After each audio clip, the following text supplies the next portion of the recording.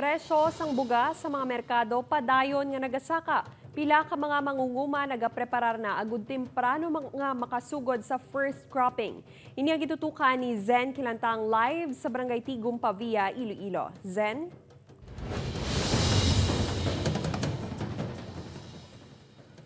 Kahit 5 ka piso kada kilo ang ginalauman nga saka sa presyo sang bugas sa merkado, gani pila ka mga konsumidor ang nagalalain sang kamahal sa presyo.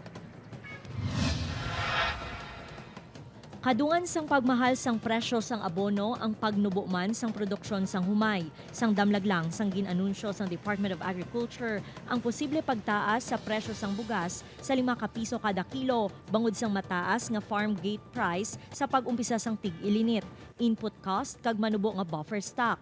Diri sa Pavia Public Market yara sa 38 pesos tubtob 47 pesos ang kada kilo sang bugas. Sakit mo ko mami.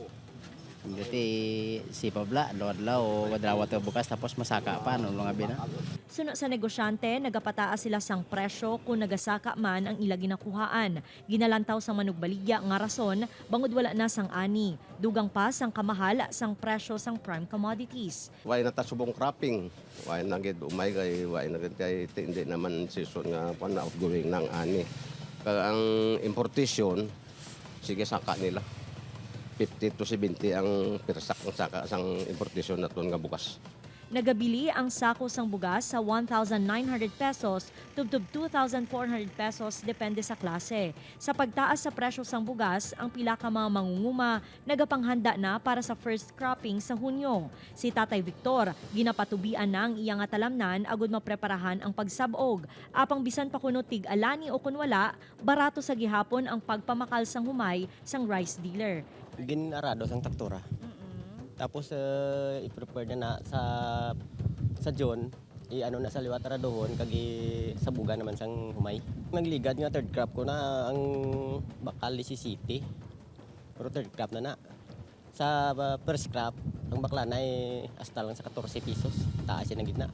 Si Jenny nagapangukot na lang sang munggo agud mainugbakal sang kinahanglanon sa sulod balay kapareho sang bugas kag sulod anon. Hindi pa parte pa namon itingbon basta nga mabaligya eh. Hindi mo man mabaligya kung gamay lang. Itipiram lang bili ka munggo.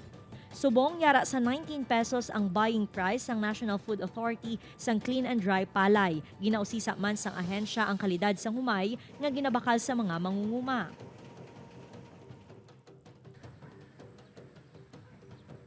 Kahit sa National Food Authority, bastante ang supply sang bugas sa Western Visayas. Ginaengganyo man ang mga mangunguma nga ibaligya ang humay sa NFA bangod mas mahal ang baklanay sang humay sang ahensya kung ikumpara sa mga local traders. Kate? Madamo nga salamat, Zen Kilantang.